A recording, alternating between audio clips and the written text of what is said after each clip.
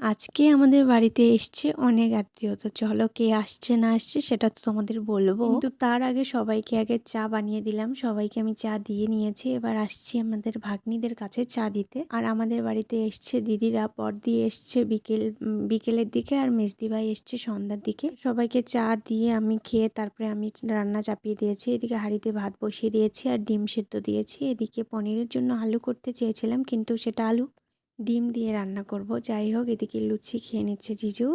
তো জিজু লুচি খাবে আর রাত্রেবেলা জিজু ভাত খাবে না। তো যাই হোক, রাত্রেবেলা আমাদের তো রান্নাবান্না কমপ্লিট হয়ে গেছে, সেরকম কিছু আর দেখাতে পারিনি। আর এই ভিডিওগুলো হচ্ছে তার পরের দিনের ভিডিও। আমি সমস্ত কিছু ভিডিও নিতে পারিনি। এদিকে আমি রান্না বসিয়ে দিয়েছি, এদিকে আমি ডাল বসিয়ে দিয়েছি। আমার ভাত কিন্তু হয়ে গেছে, তারপরে মাংসটাও হয়ে গেছে। আর আমি একটুও সময় পাইনি আমার নিজের ফেস দেখাতে। তো যাই হোক, এই ভিডিওতে আমার কোনো ফেস তোমরা দেখতে পাবে না।